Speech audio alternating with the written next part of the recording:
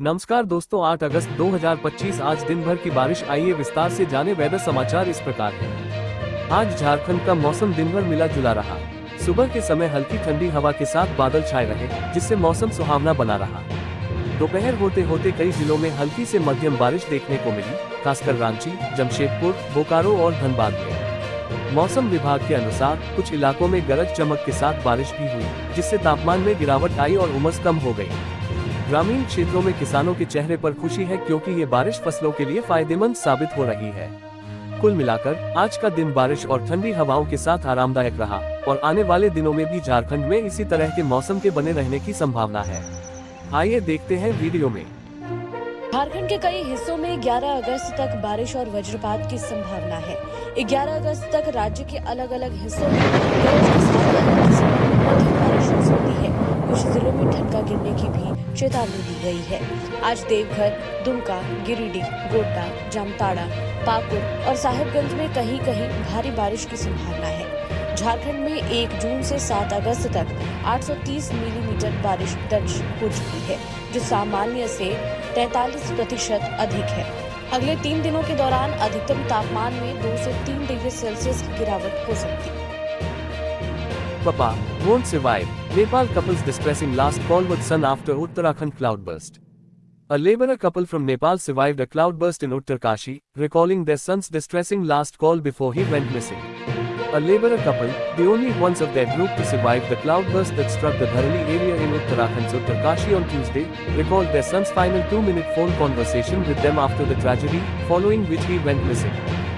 Monsoon alert. Rajasthan में फिर से ताबड़तोड़ बारिश कराएगा मानसून, 7 दिन हाल बेहाल, IMD की नई चेतावनी जारी। Rajasthan rain alert. मौसम विभाग के अनुसार राजस्थान में दूसरे सप्ताह 15 से 21 अगस्त के दौरान राज्य के अधिकांश भागों में बारिश की गतिविधियों में तेजी आने की संभावना है। राजस्थान में मानसून की रफ्तार के थमने के साथ ही उमस और गर्मी का तेज दौर शुरू हो चुका है। इस बीच मौसम विभाग ने एक राहत भरी खबर दी है। विभाग के अनुसार 15 अगस्त से मानसून पुनः सक्रिय होने और सामान्य से अधिक बारिश होने की संभावना है। हालांकि आगामी एक सप्ताह राज्य के अधिकांश भागों में बारिश की गतिविधियों में कमी रहने व सामान्य से कम बारिश होने की संभावना है। मध्यम बारिश की चेतावनी, IMD रेन अलर्ट। मौसम विभाग के अनुसार उत्तर पश्चिमी भागों में 10 अगस्त से कहीं कहीं मेघगर्जन के साथ हल्की से मध्यम बारिश होने की संभावना है। पूर्वी राजस्थान के कुछ भागों में भी आगामी एक सप्ताह बारिश की गतिविधियों में कमी रहने की संभावना है। हालांकि 9 अगस्त से उत्तर पूर्वी भागों में बारिश की गतिविधियों में बढ़ोतरी होने की संभावना है। तीव्र गति से लौटा मानसून, 11 जिलों में अतिभारी बारिश का अनुमान, IMD ने दी चेतावनी। MP weather. मौसम विभाग की ओर से मध्य प्रदेश के 11 जिलों में अतिभारी बारिश का अनुमान जताया गया है। MP weather. मध्य प्रदेश में कई दिनों से मानसून की रफ्तार धीमी पड़ गई थी, लेकिन अब फिर से मानसून की रफ्तार ने तेजी पकड़ ली है। सतना जिले में गुरुवार की रात को बूंदाबांदी हुई, जिसके बाद शुक्रवार की सुबह से ही तेज बारिश हो रही है। साथ ही घने बादलों के कारण सुबह से ही अंधेरा छाया हुआ है। मौसम विभाग की ओर से 11 जिलों अतिभारी बारिश का अनुमान जताया गया है। इन 11 जिलों में अतिभारी बारिश का अनुमान। मौसम विभाग की ओर से जारी ताज़ा बुलेटिन के अनुसार रीवा जिले में अतिभारी बारिश की गरज चमक की संभावना है। वहीं मऊगंज, सतना, महर, पन्ना, कटनी, जबलपुर, सागर, दमोह, छतरपुर, टीकमगढ़ जिलों में अतिभारी बारिश का अनुमान है। जाने किस वजह अचानक बदला मौसम। मौसम विभाग के अनुसार मानसून ट्रफ लाइन हिमालय की तराई असम से अमृतसर का विस्तृत है। साथ ही बंगाल की खाड़ी में चक्रवात और कम दबाव बना हुआ है, जिसके कारण शुक्रवार को भारी बारिश होने की संभावना है। बघेलखंड और बुंदेलखंड के कई इलाकों में भारी बारिश देखने को मिल सकती है। इन जिलों में हल्की बारिश की संभावना।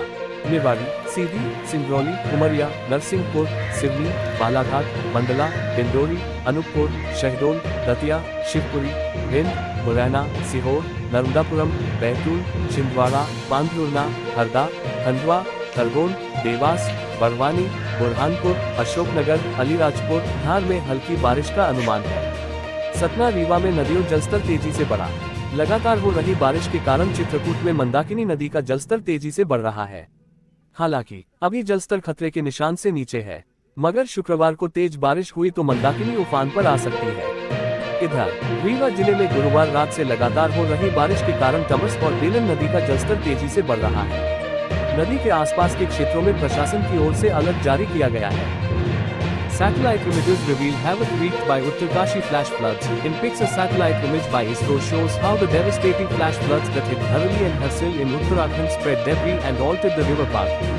At ISRO, a handout satellite image taken on April 11, 2025, by Maxar Technologies shows a general view of the town of Dharali, almost 4 months before the deadly floods hit Uttarkashi. Maxar Technologies, AFP. Uttarakhand weather. Uttarakhand में मौसम बढ़ा रहा चिंता की लकीरें, उत्तरकाशी समेत 9 जिलों में फिर अलर्ट। उत्तराखंड में 3 दिनों के बाद भारी वर्षा में कमी आई है और कई क्षेत्रों में धूप खिली है, जिससे राहत कार्यों में मदद मिल रही है। मौसम विभाग ने उत्तरकाशी और देहरादून सहित 9 जिलों में भारी वर्षा की चेतावनी जारी की है।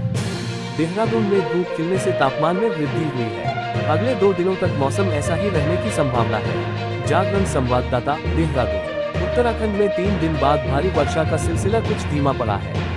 पहाड़ से मैदान तक कई दिनों बाद धूप खिली। हालांकि कहीं कहीं तीव्र बौछारों का दौर जारी है। इसके बावजूद उत्तरकाशी समेत ज्यादातर क्षेत्रों में मौसम ने फौरी राहत दी है, जिससे राहत बचाव में तेजी लाने में मदद मिल रही है।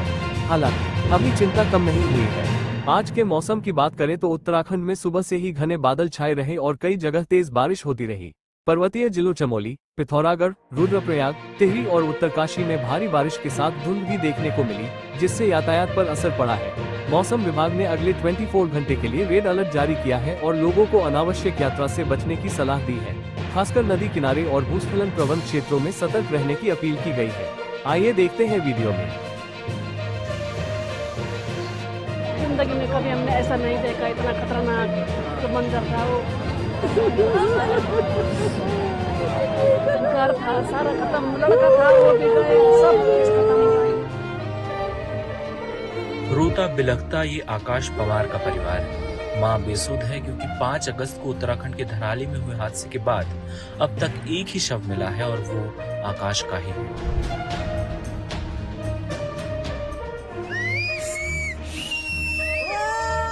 सड़कें नदी में बह चुकी हैं, इसलिए लोगों को एयरलिफ्ट किया जा रहा है। वहां मौजूद लोगों ने क्या कुछ देखा, ये जानने हम एयरबेस पहुंचे। उत्तराखंड के उत्तरकाशी जिले के 5 तक जहां ITBP का कैंप है, पीछे आप देख सकते हैं कि जो हेलीकॉप्टर के जरिए रेस्क्यू है वो लगातार यहाँ पर किया जा रहा है। यहाँ पर SDRF, NDRF की टीमें मौजूद हैं। जो थराली जो आपदा प्रभावित क्षेत्र है, थराली के आसपास का पूरा इलाका, वहाँ से रेस्क्यू करके लोगों को यहाँ पर लाया जा रहा है हेलीकॉप्टर के जरिए। आकाश के चाचा और धराली में होटल चलाने वाले जय भगवान सिंह पवार के चेहरे से सब कुछ खोने का दर्द साफ नजर आता है। मेरे तो 40 कमरे थे होटल, वो पहले राउंड में चला गया था, दूसरे राउंड में गांव चला गया, तीसरे राउंड में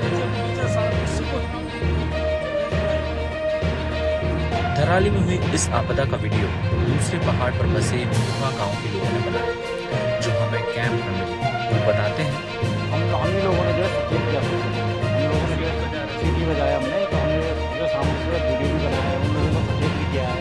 फिर हमारे जब स्पेस करने से काफ़ी लोग जो है भागे। हमारे सामने ही लोग मर रहे थे, हमारे सामने वो इतने तेजी से आया कि किसी को कुछ करने का कोई मौका ही नहीं मिला। पूरी सर हमारे घर के पीछे ही बनी है, पूरी झील बनी हुई है, हरसिल भी पूरा खाली करा दिया। आर्मी वालों का भी सर पूरा कैंप तबाह हो गया, आर्मी वालों का आधा कैंप पूरा उसमें चला गया।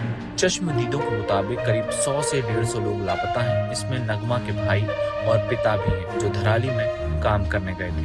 कोई बात नहीं, कोई नंबर नहीं लग रहा उनका, कोई बात एक तरह से लापता है। वो सुरक्षित है कि नहीं, इसकी भी नहीं, पता नहीं। 4 धाम यात्रा पर आए महाराष्ट्र के 18 लोगों का बैच आपदा में फंस गया था। रेस्क्यू पर वो कहते हैं, हम लोग का फैमिली से कांटेक्ट नहीं हो पा रहा था।